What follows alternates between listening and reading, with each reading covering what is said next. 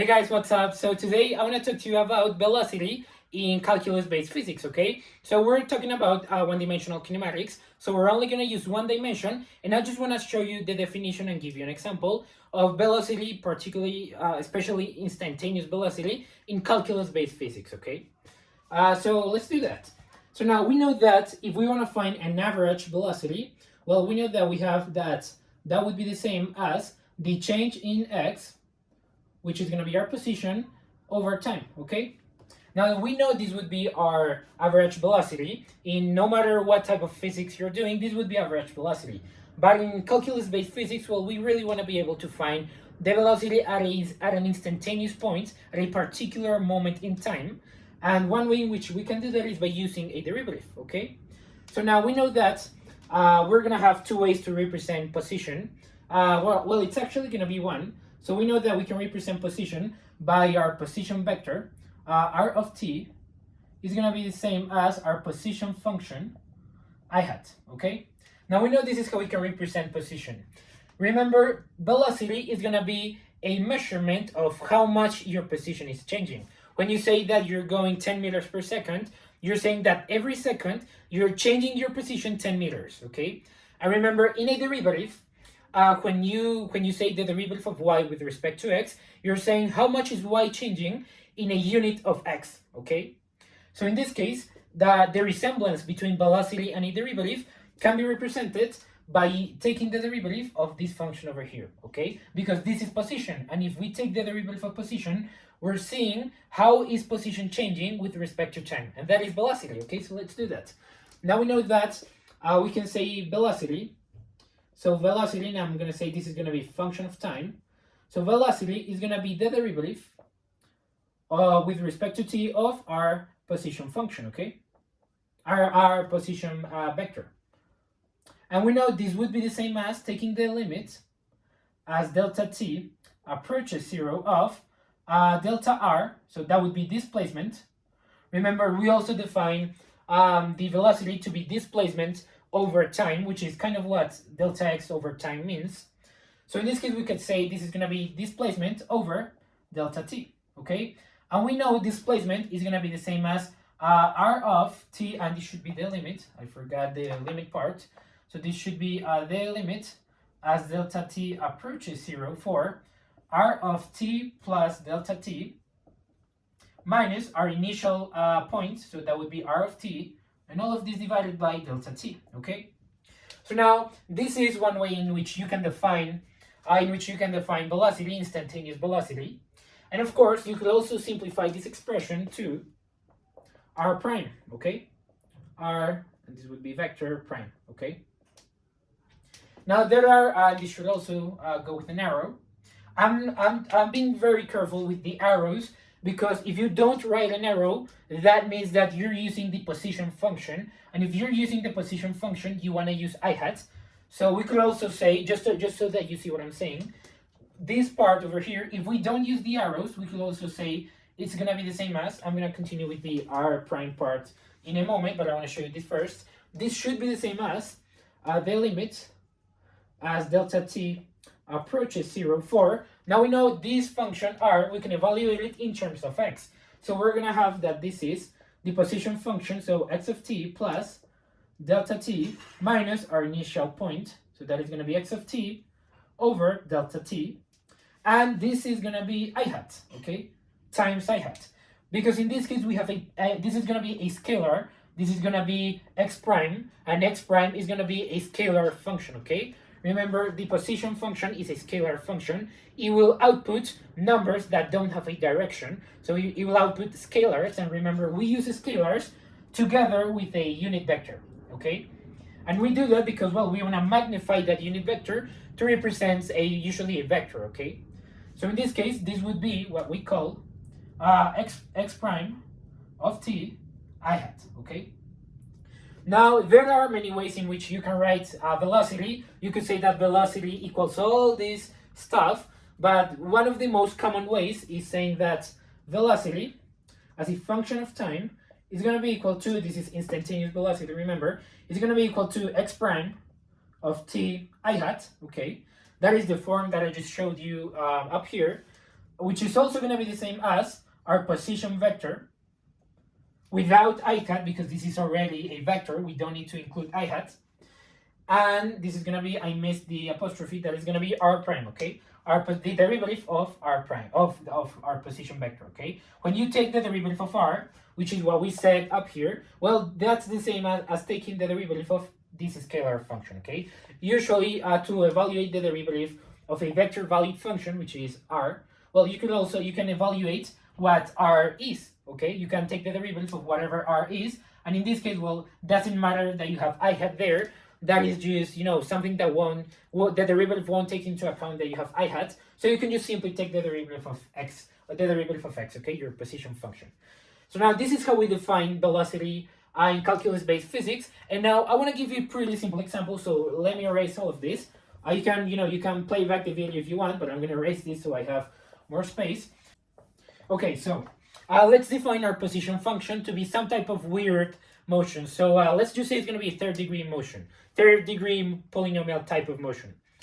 So let's say our position function is going to be defined as x of t is going to be equal to 3t cubed plus 4t squared plus 3t minus 4. Okay, let's just say this is going to be our polynomial that represents the position function. Okay, so now that would mean that, well, we know our vector, our position vector is going to be r of t, and it's going to be equal to our entire position function.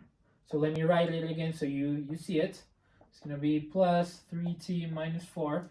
And remember, since this is a vector, well, we need to specify the direction. So we also write I hat, okay?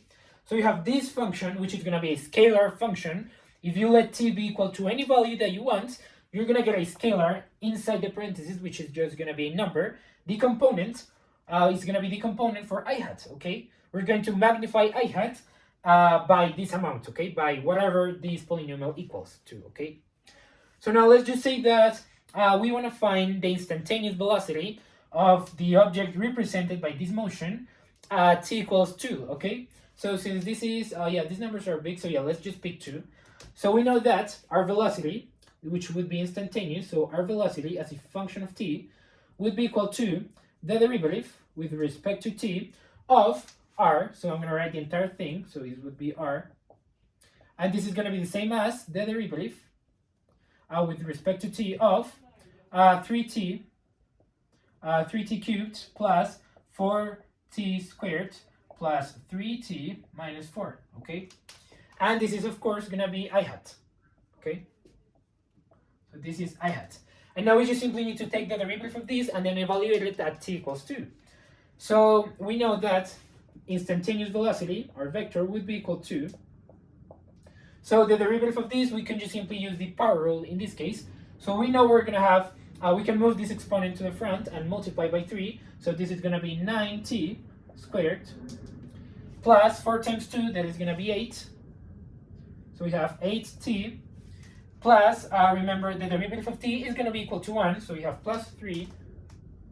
And now minus 4 is going to be a constant. You could say it's going to be our initial position at t equals 0. So we don't consider it, okay, because it won't affect velocity. Okay, the derivative of minus 4 is also going to be 0, so don't do anything with it. And we know this entire thing is going to be the component of I hat, okay?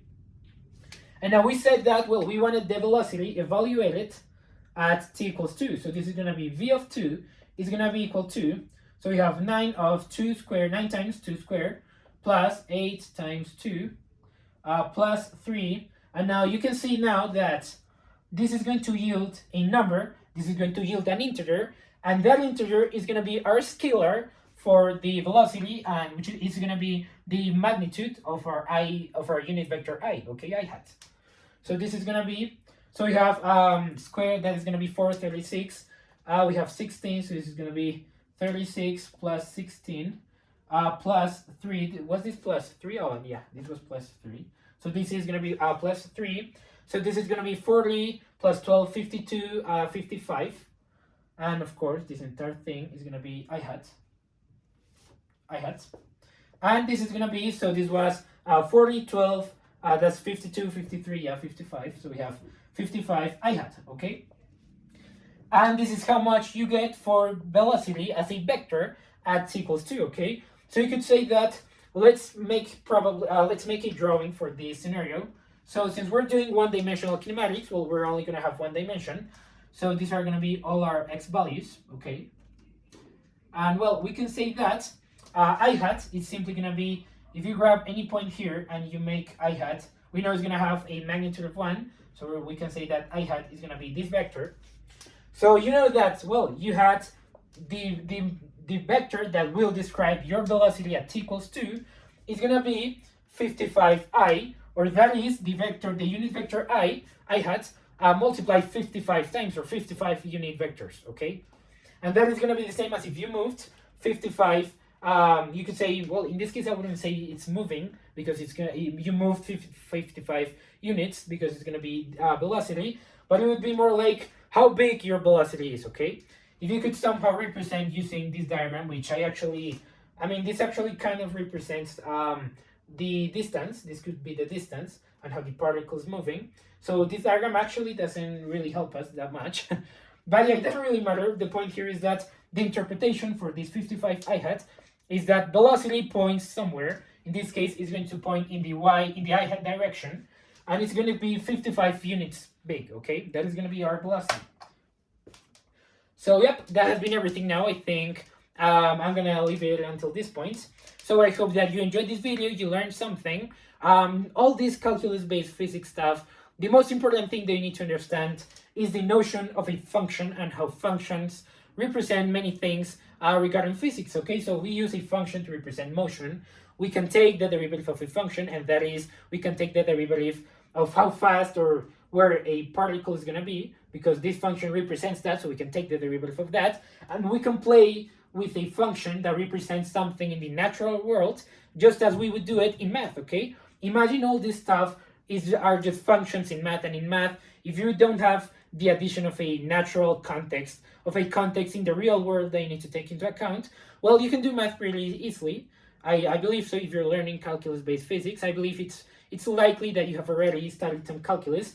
And if you're just doing some calculus, well, and you're doing it with no context, well, just try to see this like that, okay? It's pretty simple. These are just functions, and you can play with them, and you're capable of, interpreting, being able to interpret what they mean, okay? So yeah, that's like my, final tip, okay? So yeah, that has been everything now. I hope that you enjoyed this video. Don't forget to subscribe, and see you in the next time. So yeah, bye.